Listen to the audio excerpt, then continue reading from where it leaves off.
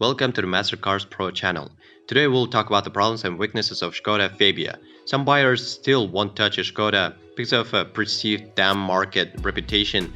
Is the buyer's loss though because Skoda no longer builds cheaply made ramshackle cars and hasn't for some time.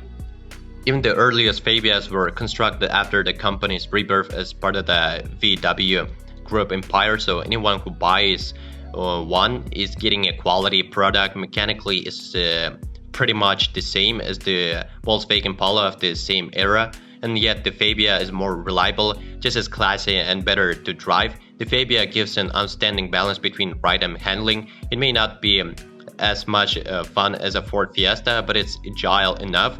The ride is great and refinement is excellent, making the Fabia very relaxing. Interior space is impressive, with enough room for 5 adults, while the cabin is classy and solid, if a bit drab. But build quality is top drawer, and best of all, the car is cheap to buy and run.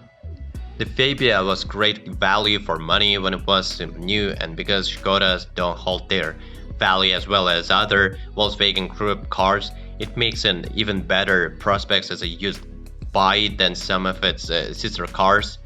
The majority of the engines give very strong fuel economy, so running costs won't be huge either, especially as insurance costs are a big plus point. Our favorite 1.2 petrol engine sits in Group 1, so premiums are rock bottom. Most of the range varies between Groups 2 and 6, while the VRS will cost the most to cover, but even that's only in Group 9.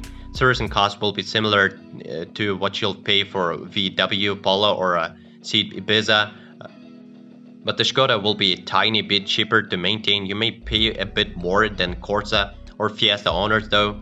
Skodas are now the least problematic European cars you can buy. What's more, if your car does go wrong, repairs are fairly cheap, and because parts aren't expensive, and Skoda mechanic is usually do a reasonably quick job at a fair price. However, there are a few things to look for, and in particular check the footwells for dams, as water can drip in through the air vent intakes when they get blocked. It's easy enough to fix, though, is clearing the blockage and ensuring the filter is properly sealed should cure it. Keep an eye on coolant levels too, because one of the hoses has a habit of dislodging and leaking, and this can ultimately cause engine damage if the coolant levels are allowed to get too low. If you go for the 1.4 petrol, check the timing belt tensioner because it can break early. There also been some head gasket failure on the 75 bhp 1.4, so check the coolant for oil and for water under the oil filler cap, both signs of troubles. There are plenty of versions to choose from, but we avoid the gutless 1.0 liter petrol.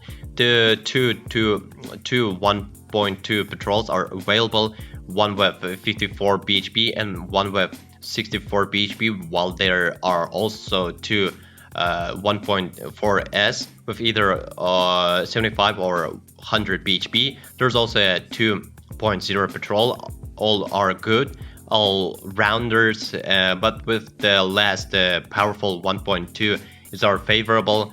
It's far from quick, but performance is just about adequate. Well, it's cheap to buy and you get 47.1 mpg. There are plenty of diesels too. The 1.4 TDI comes with outputs of either 70, 75 or 80 bhp, and all give good economy and reasonable performance, with leave the sluggish 1.9 SDI alone, but the 100 bhp 1.9 TDI is much better. It's pricier, but it returns 56.5 mpg. The range topping VRS uses a 130 bhp diesel, so even the hot versions gives 55.4 mpg. Choose basic classic trim. It'll give you aircon and a CD player while keeping things as cheap as possible.